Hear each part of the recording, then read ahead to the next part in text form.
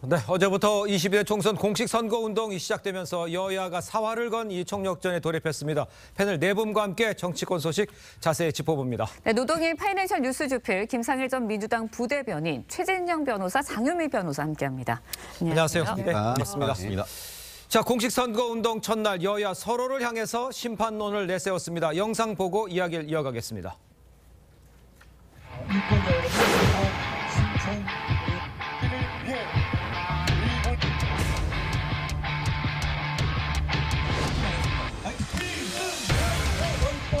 범죄자들이 지배하는 나라에는 미래가 없습니다. 범죄자들의 지배를 막지 않는 게 네거티브 같습니까?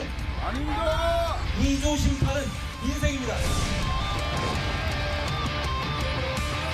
나라를 망치고 국민을 배반한 윤석열 정권에게 이제 주권자가 민주공화국의 주인이 심판할 때가 됐습니다. 윤석열 정권 심판은 대한민국 정상화와 민생 재건의 출발점입니다. 자, 야당의 정권 심판론에 여당은 이재명 대표와 조국 대표를 함께 겨냥한 2조 심판론으로 맞섰습니다. 여야가 내건 프레임은 어떻게 먼저 평가를 하시는지 교수님께서 말씀해 주시죠. 투표의 기능에는 심판의 기능이 있다는 거 아니겠습니까? 네. 과거의 어떤 실적에 대해서 심판하는 기능이 있으니까 당연히 양쪽 모두 심판을 강조하는 건 맞는 것 같습니다. 그런데 투표하면서 심판만 합니까? 고위권자들이 미래에 대한 기대도 하잖아요. 그렇죠. 예, 그러니까 투표의 기능에는 회고적 투표, 즉 심판 기능도 있는 것이고 전망적 투표, 미래에 대한 기능도 있는 거죠. 한쪽만 강조하다 보면 너무 지나친 과거 회귀의 논란이 있을 수밖에 없으니까 네. 국민들께서 투표하실 때는 과연 어느 당에게 다수표를 줄 때 네. 어떤 일을 할 것인가 하는 기대도 함께 담아서 투표하는 것이다. 이렇게 얘기하고 싶습니다. 네, 미래에 대한 그런 정책이나 공약이 좀 빠진 거 아니냐 이런 지적해 주셨는데 선거운동 첫날 평가 어떻게 하고 계시나요? 그러니까 그 일정은 정치의 종합예술이라고 해요. 저희가 정치를 하면서. 근데 일정은 잘 잡은 것 같아요. 일단은 여당은 0시에 가장 민생의 현장에 가서 최선을 다하는 모습 네, 이걸 보여주겠다. 네. 가락시장으로 갔고요. 근데 이제 저는 일정은 굉장히 좋았는데 메시지가 좀 따로 놓은 거 아닌가 이런 생각이 들어요. 네. 거기에 가서 민생을 어떻게 하겠다. 그동안 본인들이 어떤 부분에서는 부족했다. 이런 얘기를 해줬으면 좋았을 텐데 2조 심판 이야기가 더 부각이 됐거든요. 네. 그런 부분에서 좀 아쉬운 부분이 있고요. 야당은 오로지 정권 심판이니까 용산의 어떤 상징적인 곳에 가서 메시지도 그런 메시지를 냈다. 저는 이렇게 보입니다. 예. 알겠습니다. 자, 그런데요, 이 공식 선거운동 첫날 한동훈 위원장이 유세 현장에서 거친 발언을 쏟아내면서 이 막말 논란에 휩싸이기도 했습니다. 해당 발언과 또 야당 반응까지 함께 들어보겠습니다. 여러분, 정치는 굉장히 중요합니다. 여러분의 삶을 모두 바꿀 수 있기 때문이죠. 정치를 죄가 차는 사람이 문제인 거지 정치 자체에는 죄가 없습니다. 저는 그렇기 때문에 정치를 하러 나왔습니다. 범죄자들이 여러분을 지배하지 못하게 해주십시오. 무학대사께서 부처님 눈으로 보면 다 부처로 보이고 돼지 눈으로 보면 다 돼지로 보인다는 불안돈목의 고사를 남기신 바가 있습니다. 자, 일단 한동훈 위원장 곡식석상에서 비속어를 쓴 거는 처음으로 저는 기억을 하는데 글쎄요, 실수라는 이야기도 있고 전략이 있다라는 이야기도 있는데 어떻게 평가를 하세요?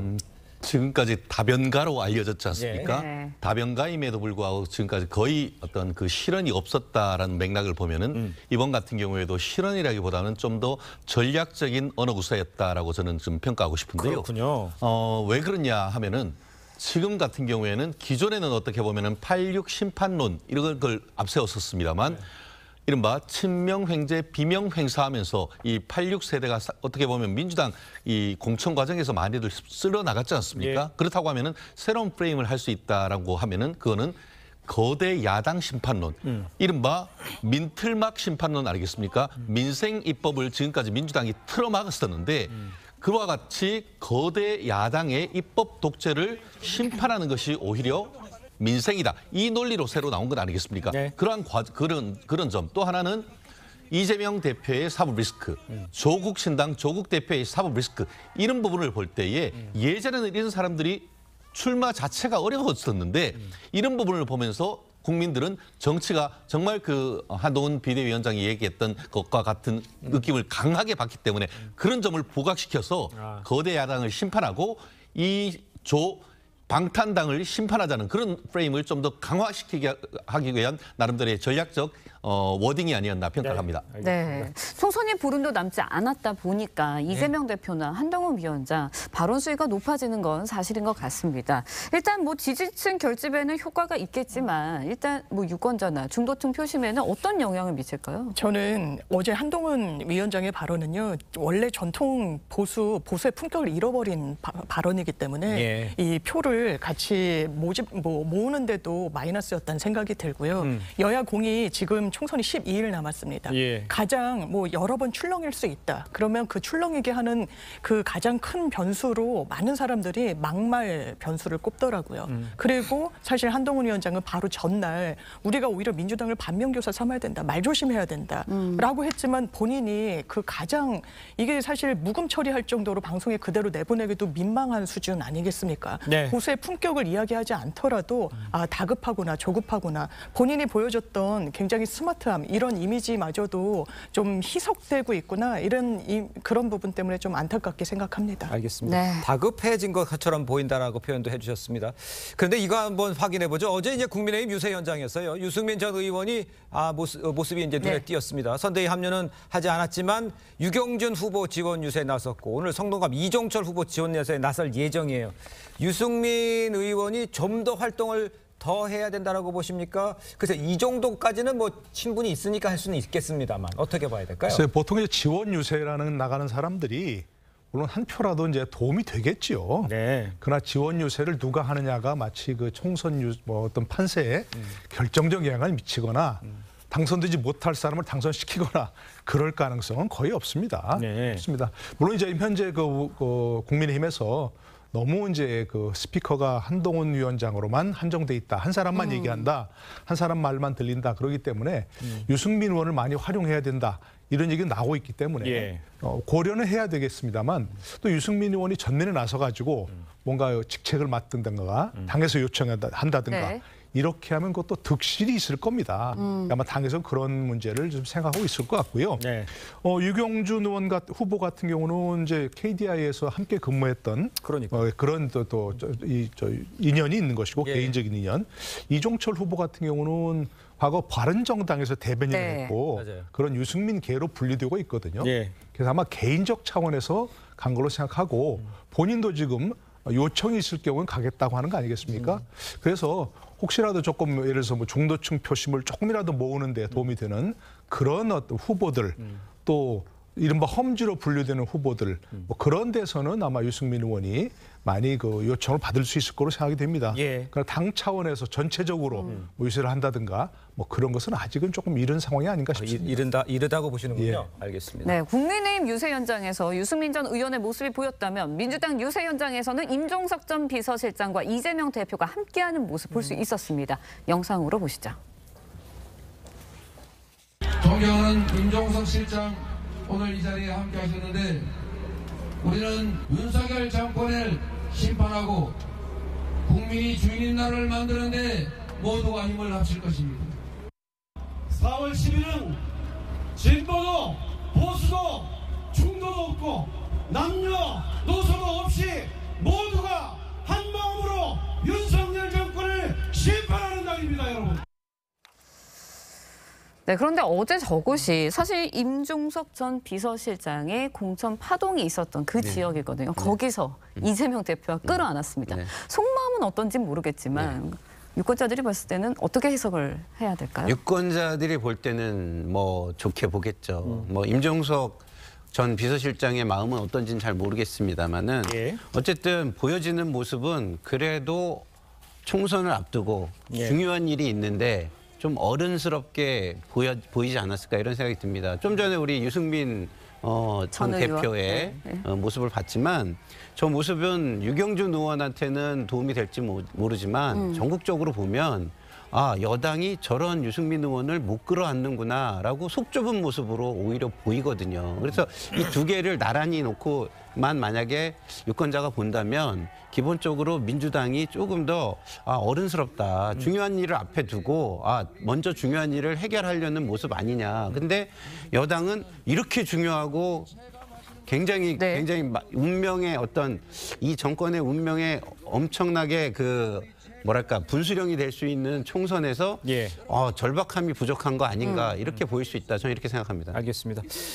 이런 가운데 문재인 전 대통령도 파란 점퍼를 입고 경남 지역 후보 지원 사격에 나섰죠. 문 전 대통령의 등판, 선거 판세는 어떤 영향을 미칠지, 어느 정도 문 대통령이 활동의 범위를 넓힐지 이건 어떻게 예상하십니까? 양날의 칼이 아닐까 싶습니다. 사실 문재인 대통령께서 퇴임하실 때 기자회견에서 잊혀지고 싶다고 했는데 잊혀지고 싶다라고 하신 말씀을 잊어버린 것을 넘어서 잊혀지는 것에 대해서 걱정한다라는 느낌을 강하게 받는데요.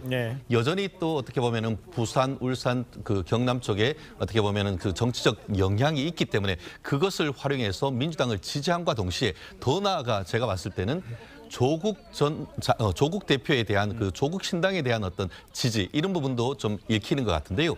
그럼에도 불구하고 어떻게 보면은 5년 동안 해서 정권 재창출을 하지 못하고 심판받았다는 그 프레임이 오히려 되살아날 수 있는 그런 부분도 있기 때문에 나름대로 긍정적 영향도 있을 수 있겠습니다만 중도 그리고 보수 쪽에서는 오히려 반발을 일으킬 수 있는 영향력이 적지 않기 때문에 최종적으로 어떤 결정이 나올지 봐야 되는데요. 그런 흐름이 여전히 읽히는 것 같습니다. 일부 후보들 같은 경우에는 적극적으로 같이 하는 걸 바라지만 또 일부 같은 경우에는 처음에는 같이 와서 유세를 한다라고 했지만 그것에 대해서 선을 긋는 모습을 보면은 부울경 지역에서도 그 영향력은 엇갈리는 듯한 모습을 보이는 것 같습니다.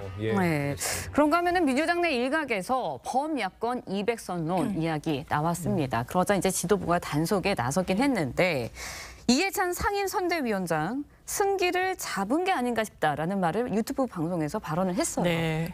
민주당에서는 이번 판세 어떻게 분석하고 계시는 건가요? 일단 지나친 낙관론은 경계하고 있죠. 왜냐하면 지난 총선에서 180석 얻었을 때도요. 전체적인 표 차이를 계산해 보면 합산을 했을 때 큰 차이가 나지 않습니다. 그만큼 박빙이었다는 거고 이번 판세도 비슷합니다. 승리하더라도 박빙으로, 패배를 하더라도 박빙인 상황이기 때문에 이 부분과 관련해서는 민주당이 앞서고 있다 이렇게 단언하기 어려운 상황인 게 팩트인 것 같고요. 또 하나는 200석 이야기가 나오는 건 전망치가 아닙니다. 국민들께 호소를 드리는 거죠. 200석이 민주당 그리고 범야권이 확보를 해야지만 뭐 탄핵 이야기까지는 할 필요 없더라도요. 대통령의 거부권 행사 여러 번을 봤습니다. 김건희 여사 특검에 대해서 사실상 당사자 지위에 있는데 거부권 행사했죠.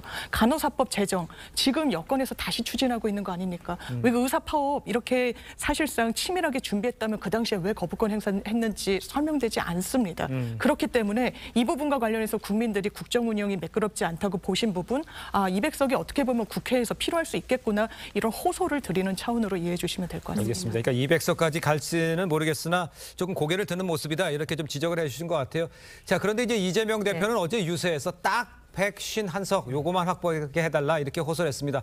그렇다면 뭐 일당 국회의장까지는 해야 된다 이렇게 이해를 하면 되겠습니까? 글쎄 151석에 얘기했지만 사실 요즘에 이재명 대표 표정을 보면 굉장히 좋아요. 막 웃음을 감추지 못하는 그런 표정이고 그런데 선거에서는 그런 좀 딜레마죠. 사실 아까 다 얘기했지만 5만 프레임에 딱 갇히는 순간 심판 대상이 되는 거죠. 그래서 정말 대개는 몸을 낮춰서 우리가 많이 부족합니다. 조금이라도 더 한 표라도 한 석이라도 좀 주십시오. 이렇게 읍소하는 게 보통이거든요. 근데 잘못하면 또 그런 게 너무 지나치면 지지자들이 실망해서 우리가 너무 지금 열세인 모양이다. 그래서 선거 투표장에 안 나갈 가능성도 있거든요. 그런 점에서 어떤 양쪽을 균형 있게 잘 해야 되는 그런 부분이 있는데 좀 얘기하신 대로 아까 좀 처음 말씀드린 대로 선거에는 심판 기능도 있고 전망 기능도 있다면 심판 기능을 할 때 물론 이제 총선이니까 현 정권 심판 이게 프레임이 가장 크게 작동하는 건 분명하지만 과거 민주당이 지금도 마찬가지 민주당이 절대 다수 의석을 국회에 가지고 있는데 과연 그 절대 다수 의석을 가지고 어떤 실적을 남겼는가 하는 그것도 물어봐야 되는 것이고 그에 대해서 그만큼 의석을 더 주십시오라고 하는 그런 정당에서는 그걸로 우리가 이런 실적을 냈으니까 앞으로도 이런 실적을 내기 위해서 다수당을 주십시오. 양쪽 다 마찬가지겠죠.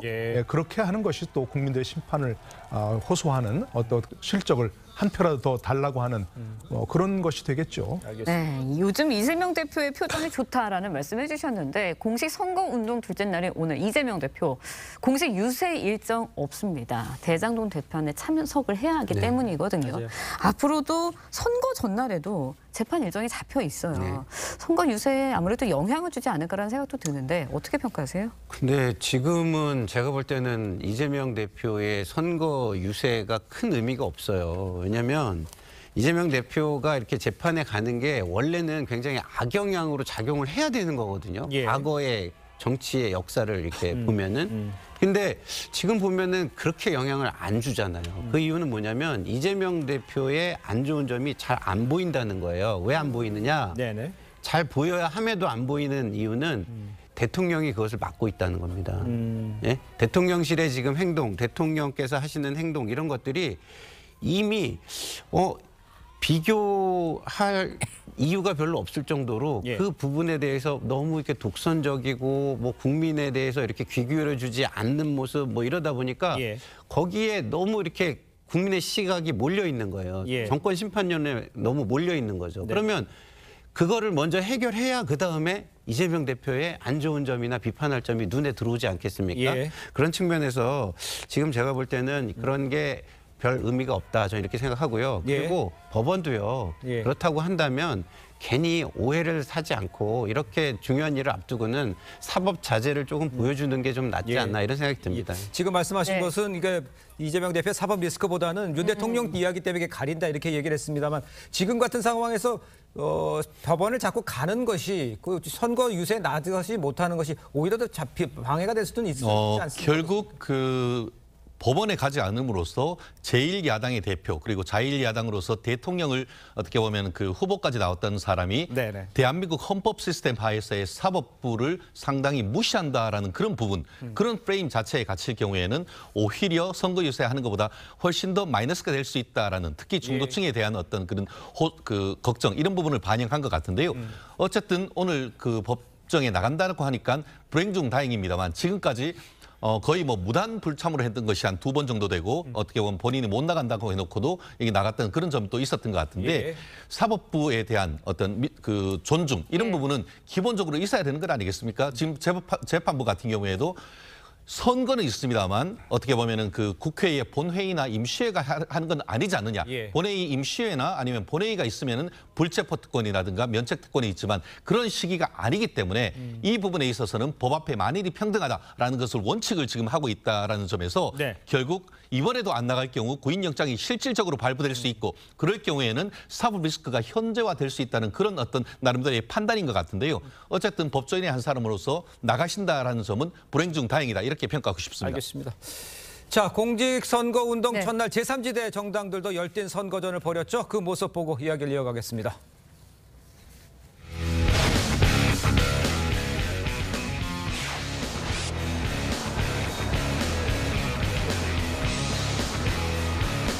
시민의 생명과 안전을 위해 정치가, 행정이, 정부가 무엇을 해야 되는지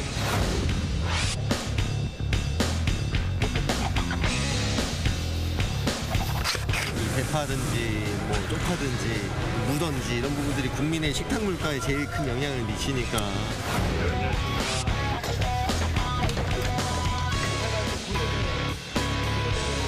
국민의 삶을 제대로 챙기는 저희 개혁신당이 되겠다라고 하는 의지를 좀 강하게 보여드리고자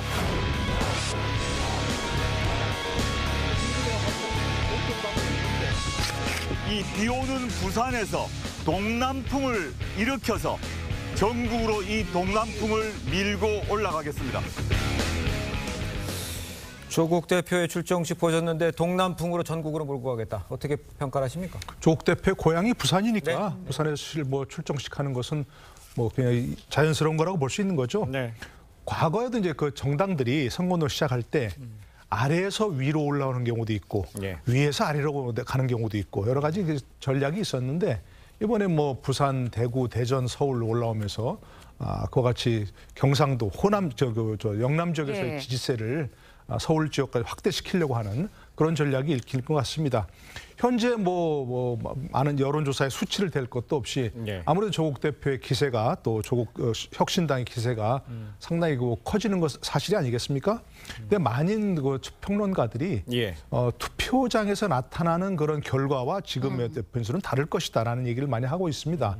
특히 이제 좀 이따 우리가 얘기하겠습니다. 지금 비례대표 순번에 오른 사람들 여러 가지 논란이 많이 일고 있지 않습니까? 그렇습니다. 그런 것들을 보면 지지율은 상당히 좀 최종 그 결과 나올 때까지 투표일까지 조정이 될 걸로 그렇게 보여지는데 과연 최종 결과가 어떨지 그래서 만약에 선거에서 22대 국회에서 조국 혁신당이 캐스팅 보트가 될 수 있을지 뭐 그런 점이 좀 지켜봐야 될 부분이라고 할 수 있는 거죠. 알겠습니다. 네, 조국 혁신당 조국 대표 외에 이준석, 이낙연 대표, 심상정 의원 본격 선거전에 돌입했습니다. 제3지대가 후보들이 선거에 좀 막판에 변수가 될 수 있을까요? 지금 현재 변수가 되게 어렵죠. 왜냐하면 국민의 관심에서 너무 멀어져 있습니다. 자, 그 이유는 뭘까요? 두 거대 양당의 상호 적대 정치에 굉장히 염증을 느낀 국민들의 기대를 끌어안지 못했기 때문입니다. 그 이유는 뭐냐? 다른 모습을 보여줘야 되는데 다른 모습들을 보여주지 못했어요. 녹색정의당도 그동안 제3당의 어떤 대표성이 있었는데 그러면 두 거대 양당이 뭐 잘못하는 부분에 대해서 그때그때 목소리를 내고 그다음에 선명성을 보여줬어야 되는데 자기 이익 때문에 주저주저 하거나 선명하지 못한 느낌을 많이 줬기 때문에 대표성을 잃었고요. 그다음에 이준석 대표나 이낙연 대표 같은 경우는 제3지대가 하나로 모였을 때 두 거대 양당의 패권주의 이거를 국민들이 되게 싫어해서 제3당을 요구했거든요. 근데 본인들이 패권주의적인 모습으로 갈라지는 모습을 보여서 엄청난 실망을 줬습니다. 이런 가운데 조국 혁신당이 나와서 그 갈데 없는 표들이 그 조국 혁신당으로 몰리면서 사실상 돌풍을 일으키고 있거든요. 그러니까 제3지대의 관심을 조국 혁신당이 다 지금 가져가고 있는 형국이라 그 외에 그 제3의 정당들은 관심 밖으로 좀 밀려나 있다 이렇게 좀 평가하는 게 맞을 것 같습니다. 알겠습니다.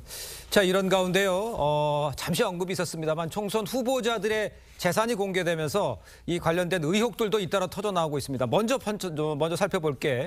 경기 화성을 공영훈 민주당 후보 실거주 의무가 적용되기 바로 하루 전날 현재 시간 이제 30억 상당의 성동구 주택을 아들에게 증여한 게 이게 지금 논란이 됐어요.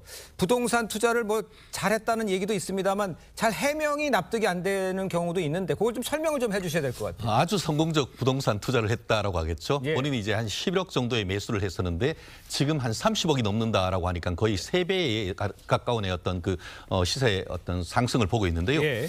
우연이라고 하기에는 그 날짜가 너무 절묘한 것 아니겠습니까? 실질적으로 지금 그 성수동 같은 경우에는 여전히 가장 핫한 지역이기도 한데 이 실거래 의무가 있는 그 실질적으로 매입했는 것은 본인이 현대자동차 부사장으로 있던 바로 그 시점인데 성수동에 있는 그 공장을 이전하는 계약이 있기 바로 직전인 4개월 전에 본인이 이 지역에 대한 그 부동산을 매수한 것 아니겠습니까?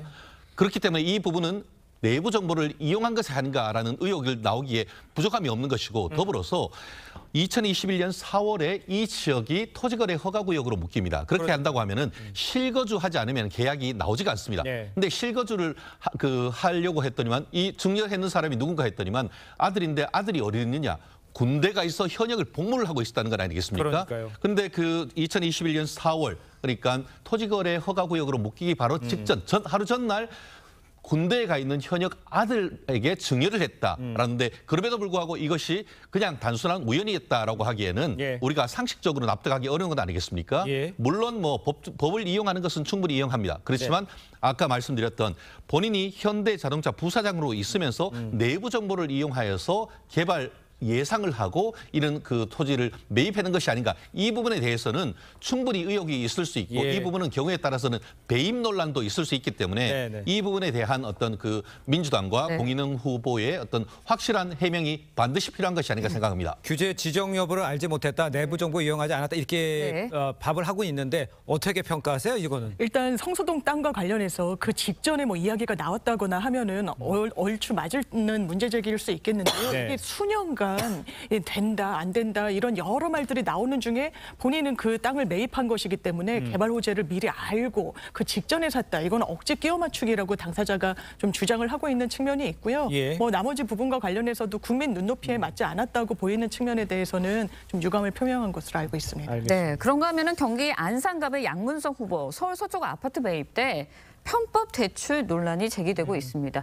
뭐 11억 원을 뭐 딸의 명의로 대학생 딸의 명의로 대출을 받았다는 건데 민주당에서도 별도의 조치가 좀 있어야 된다고 지적이 있어요. 어떻게 보세요? 뭐 저 개인적으로는 조치가 있어야 된다고 생각합니다만 뭐 당에 공식적으로 어떤 생각을 가지고 있는지는 제가 아직 확인하지 못했고요. 예. 왜냐하면 이것이요. 뭐 기본적으로 그 대학생 딸에게 11억을 대출을 한다. 수입도 없고 자산도 있어 보이지 않는데 11억을 대출했다. 이건 불법 대출의 소지가 상당히 있습니다. 그래서 금융위금감원의 조사가 필요한 사안이라고 저는 보고요. 아직 확정은 할 수 없습니다만. 그리고 이런 식으로 그 수입이 없는 사람이 11억을 대출받고 그다음에 그걸 기여했다. 그러면 사실상 이거를 실질 증여로 볼 가능성도 또 있거든요. 그래서 국세청에서는 이제 실질 과세의 원칙이 있기 때문에 형식적으로는 은행을 대출받아서 꾼 것이지만 이것이 부모의 영향력에 의해 가지고 그런 어떤 이익이 발생했다고 하면은 그런 것도 어떤 증여적인 요소가 좀 있어 보인다 이런 생각이 있어서 이 부분은 조사 여부에 따라서는 뭐 어떤 논란이 더 커질 수 있는 거라서 당에서도 이 부분은 조금 심각하게 보지 않을까. 더더군다나 양문석 후보는 그 막말 논란도 또 이전에 있었지 않습니까? 그런 상황이기 때문에 심각하게는 볼 것 같은데 총선을 앞두고 있는 상황이고 이런 논란이 많이 터져 나오고 있어서 사실상 조금 물타기가 되는 부분도 있어서 전략적으로는 어떻게 판단할지 두고 봐야 되겠습니다. 알겠습니다. 그 대출을 받은 곳도 대구더라고요. 대구였고 그다음에 내용이 본인의 설명은 뭐 시기적으로 연끌할 때였다는 얘기를 하고 있긴 하지만 글쎄요. 대학생이 대출을 이렇게만 큰 돈을 받게 했다? 제3자로 명의는 자기하고 부인으로 돼 있는데 이 상태는 어떻게 이해를 하십니까? 글쎄요. 그 대출 자체가 이해가 안 됩니다. 아니 우리가 저 같은 사람도 개인적으로 뭐 그게 담보대출도 아니고 신용대출로 11억을 받는다? 이거 쉽지 않을 거거든요. 뭐 굉장히 복잡하고 이런 서류를 준비할 때도. 이거 주택담보대출은 맞는 것 같고요. 11억은 주택담보대출이거든요. 아니 그 대학생 명의로 돼 있으니까 맞습니다. 대학생 명의로 받은 거니까 주택담보대출은 아닌 거죠. 어쨌든 본인도 편법이었다고 인정하는 것이니까 어쨌든 저는 기본적으로 그런 대출이 어떻게 발생했는가 이거부터 따져봐야 되는 것이고 만약 본인이 이건 편법적 대출이었다 얘기하면 그분에서는 공직 후보자로서 뭐 책임지는 모습 보이는 게 훨씬 낫지 않을까? 뭐 그런 생각하는데 본인의 판단에 맡겨야 되겠죠. 알겠습니다. 자, 네 분 말씀은 여기까지 듣겠습니다. 고맙습니다. 감사합니다. 감사합니다.